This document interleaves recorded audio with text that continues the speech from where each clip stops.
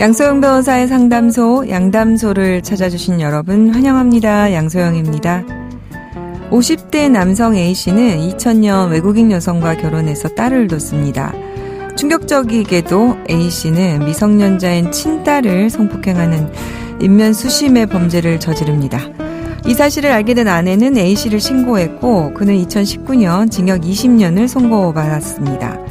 그 후 아내는 A씨에게 이혼소송을 제기하고 A씨의 유일한 재산이자 그들이 살고 있던 빌라에 대해서 가압류를 신청합니다.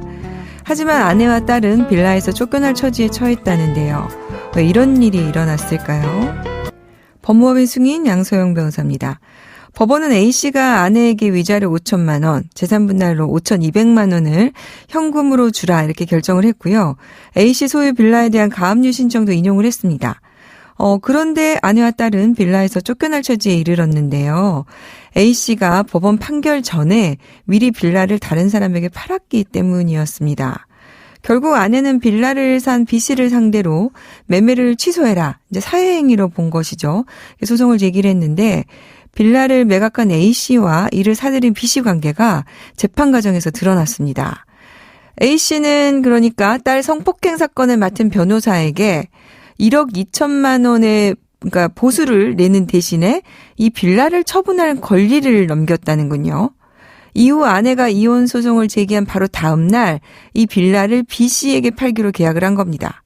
그런데 그 B씨와 A씨의 변호사가 부부관계였다고 하네요. 결국 빌라 매각 취소 여부를 다투는 소송에서 변호사 부부는 두 사람 사이 이혼 소송과 재산분할 청구 소송이 진행되는지를 몰랐다 이렇게 주장을 했는데 법원은 아내 청구를 받아들였습니다. 재판부는 형사사건 변호인이 수임료 명목으로 빌라 처분권을 넘겨받은 뒤 아내 B씨에게 매도한 것을 두고 매우 이례적이라고 지적을 하면서 이례적으로 보이죠? 그리고 이 변호사가 아내가 이게 몰랐다는 게 저희가 상식적으로 납득되지 않지 않습니까? 그래서 해당 부동산 계약을 취소하고 다시 A씨에게 빌라 소유권을 넘기라 이렇게 판결을 했네요. 저도 같은 변호사지만. 이 사건이 이제 보수 1억 2천만 원 정도 되는 사건인지 일단 여부를 떠나서 그 사정이 딱한 A씨와 딸을 또 이렇게 해야 하는 거를 분명히 알면서 이 매매를 한 걸로 보이는데 이 변호사의 그런 행동이 매우 적절치 않아 보입니다. 제가 대신 사과를 드리고 싶은 생각이 좀 들 정도네요. 네. 안타까운 상황에 놓인 사람들을 도와주는 것이 기본적으로 변호사의 기본, 저희 변호사 1조에 나와 있는 건데요. 우리가 그렇게 그런 저희들의 서약을, 그런 저희 의무를 잘 지켰으면 좋겠네요. 화나고 답답하고 억울한 당신의 법률 고민 함께 풀어볼게요. 오늘은 김선영 변호사님 함께합니다. 변호사 안녕하세요. 네, 안녕하세요. 김선영 변호사입니다. 네, 오늘도 준비된 사연 만나보고 자세한 얘기 나눌 건데요. 친절하고 네. 따뜻한 상담 또 기대하겠습니다. 네, 노력해보겠습니다. 저는 직장 상사의 성희롱으로 괴로운 시간을 보내고 있습니다. 유부남인 직장 상사는 친밀감의 표현이라면서 돈 없는 문자와 농담을 건넵니다. 처녀 맞냐? 어젯밤 남자친구랑 뭐 했냐? 살이 조금 찌자, 임신한 거 아니냐, 이런 말들을 하곤 농담이라고 합니다.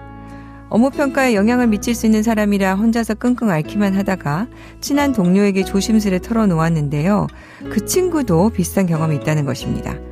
동료와 해결 방법을 고민하던 중 또다시 상사가 저에게 부적절한 말을 하는 순간을 녹음해서 인사과에 제출했습니다.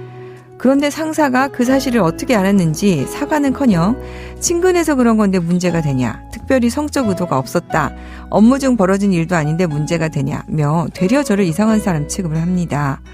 성희롱 의도가 없었다면 문제가 없는 건가요? 직장 상사를 징계받게 하려면 어떻게 해야 하는지, 또 형사적으로 처벌하거나 보상받을 방법은 없는지 궁금합니다. 네, 직장 내 성희롱을 예방하기 위해서 각 직장에서 성희롱 예방 교육을 지금 실시하고 있지 않습니까? 그렇습니다. 그런데도 이런 일이 끊임없이 생기네요. 자, 먼저 직장 상사의 말처럼 가해자가 성적 의도가 없다면 괜찮습니까?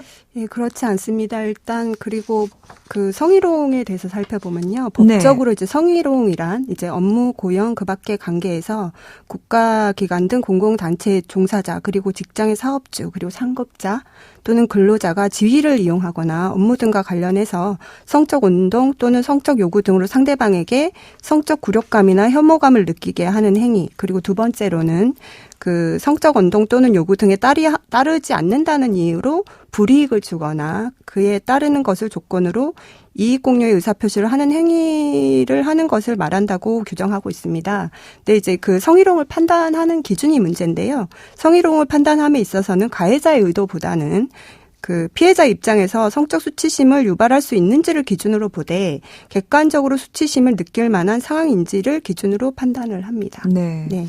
그 우리 법원의 기준에 대해서 다시 한번 좀 정리해 주시겠어요? 네. 그래서 좀 자세히 살펴보면 성희롱이 성립하기 위해서는 그 상사가 말한 것처럼 뭐 행위자에게 반드시 성적 동기나 의도가 있어야 하는 것은 아니고요.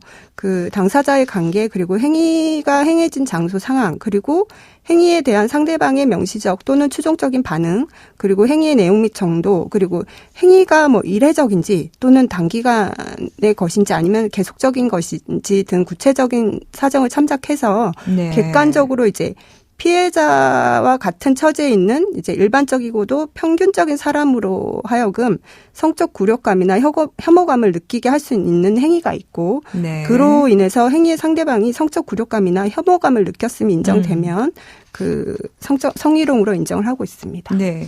그러면 일단은 이제 가해자가 성적인 의도가 없었더라도 네. 이제 성희롱이 될 수 있다. 여기는 지금 정리가 좀 된 것 같습니다. 네. 그럼 두 번째 지금 직장 상사 주장은 또 업무 관련해서 벌어진 게 아니다. 뭐 그러면 괜찮지 네. 않느냐 지금 이런 사적인 네. 농담이면 네. 괜찮지 않느냐 이런 네. 얘기 같아요. 네. 그 부분은 예, 어떻습니까? 이게 결국에는 이제 업무 관련성의 해석의 문제인데요. 네. 반드시 업무와 관련해서 벌어질 필요는 없습니다. 예컨대 이제 업무 관련성 뭐 규정 자체가 업무 관련성이 있을 것을 요건으로 하고 있기는 하지만 네. 그 반드시 업무 기간 중에 벌어질 것을 요건으로 하는 것도 아니고 당사자 관계 및 지위를 고려할 때 업무에 영향을 미치는 관계에 있으면 족합니다. 네. 그래서 우리 법원도 지위를 이용하거나 업무 등과 관련하여라는 요건은 포괄적인 업무 관련성을 나타낸 것으로서 업무 수행의 기회나 그리고 업무 수행에 편승해서 성적 운동이 이루어진 경우뿐만 아니라 권한을 남용하거나 업무 수행을 빙자해서 성적 운동을 한 경우도 이에 포함되고 그 어떠한 성적 운동이 업무 관련성이 인정되는지 여부는 그 당사자 관계, 행해진 장소, 상황, 내용, 정도, 구체적 사정을 참작해서 판단하면 된다고 보고 있습니다. 그래서 네. 그 사연의 경우에도 인사고과 등에 이제 영향을 미칠 수 있는 지위를 이용하거나 업무 수행에 편승해서 성적 운동을 한 것으로 볼 수 있습니다. 그러니까 지금 사연자 같은 경우에는 사실은 이제 상사라서 굉장히 네. 혼자서 끙끙 앓은 거 아니겠습니까? 네, 그렇습니다. 그러면 이런 경우에 직장 상사에 대해서 과연 어떤 처분이 이루어질 수 있는지 그리고 징계 절차는 어떤지 궁금한데 이 부분을 지금 가해자가 알고 이렇게 또다시 이렇게 지금 얘기하고 있는 부분도 이상한 사람 취급하고 오히려 이제 피해자를 그래서 그 왕따를 시켜 이런 것도 이제 그래서 2차 가해가 참 문제가 될 수 있다 이런 생각이 좀 듭니다. 일단 그래서 어떤 처분이 내려질지 좀 정리해 주시죠. 예, 일단 먼저 절차를 살펴보면 남녀평등고용법이 규정하고 있는데요. 네. 일단 사업주는 성희롱에 대해서 이제 신고를 받거나 직장 내 성희롱 발생 사실을 알게 된 경우에는 지체 없이 그 사실 확인을 위한 조사를 하도록 하고 있고요. 네. 그리고 이제 피해 근로자와 관련해서는 이제 조사 기간 중에 피해 근로자 등을 보호하기 위해서 필요한 경우 해당 피해 근로자 등에 대해서 이제 근무 장소 변경, 유급 휴가 등 적절한 조치를 하여야 한다라고 규정하고 있는데요. 다만 이제 피해자 의사에 반해서는 할 수는 없고요. 네. 그리고 이제 조사 결과 이제 직장 내 성희롱 발생 사실이 확인되면 피해 근로자가 이제 요청을 하면 이제 근무 장소의 변경 그리고 배치 전환, 이제 유급 휴가 등 적절한 조치를 하여야 하고요. 다만 이제 가해자에 대해서 이제 징계 절차가 이루어지는데요. 가해자에 대해서는 조사 결과 직장 내 성희롱 발생 사실이 확인되면 지체 없이 직장 내 성희롱 행위를 한 사람에 대해서 징계 그리고 근무 장소의 변경 등 필요한 조치를 하여야 한다고 규정하고 있습니다. 네. 이제 다만 이게 좀 남녀 고용 평등법에서는 이제 제39조가 사업주가 성희롱 금지에 이제 위반을 하면 1,500만 원 이하의 과태료를 부과하도록 규정하고 있는데 사업주가 아닌 근로자에 대해서 이제 성적 언동에 대해서는 처벌 규정을 이제 따로 두고 있지는 않습니다. 네. 그래서 그러면 이거는 이제 네. 별도로 형사 고소를 네. 해야 되는 부분이 문제될 수 있겠네요. 네, 그렇습니다. 이제 남녀 고용 평등법에는 이제 따라서는 처벌할 수는 없지만 네. 만약에 이 상사가 이제 여러 사람이 있는 곳에서 뭐 그런 어젯밤에 뭐 남자친구랑 뭐 했냐 이런 등 이제 부적절한 발언을 했다면 형법에 따라 이제 모욕죄로 뭐 고소를 하고 처벌을 할 수는 있습니다. 네. 네. 실제로도 지금 처벌이 이루어지고 있습니까? 네, 그렇습니다. 그 유사한 사례를 살펴보면 이제 이거는 남자 상사도 아니고 여자 상사가 문제된 경우인데요. 네. 직장 여상사가 여직원에게 왜 이렇게 잔머리가 많냐, 꼭 애 낳은 여자 같다라고 하거나 이제 아토피로 목에 붉은 반점이 있는 것을 보고 어젯밤 남자랑 뭐 했냐. 라는 식으로 말을 한 것으로 돼서 모욕으로 고소를 해서 네. 실제로 벌금형의 처벌을 받은 사례가 있습니다. 그렇군요.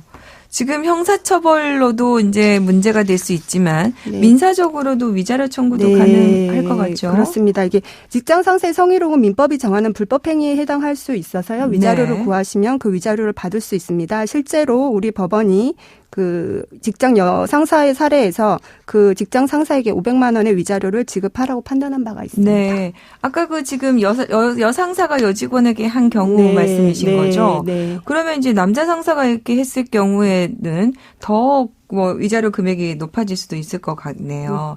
또 이로 인해서 이제 치료를 받거나 뭐 네, 이런 부분이 네. 있으면 거기에서도 배상이 가능할 것 같고요. 네, 오늘도 김성윤 변호사님 자세한 도움 말씀 감사합니다. 양소영 변호사의 상담소 양담소는 내일 또 문을 엽니다. 끝곡 마이클 런스툴락의 Breaking My Heart 들려드릴게요. 양소영이었습니다.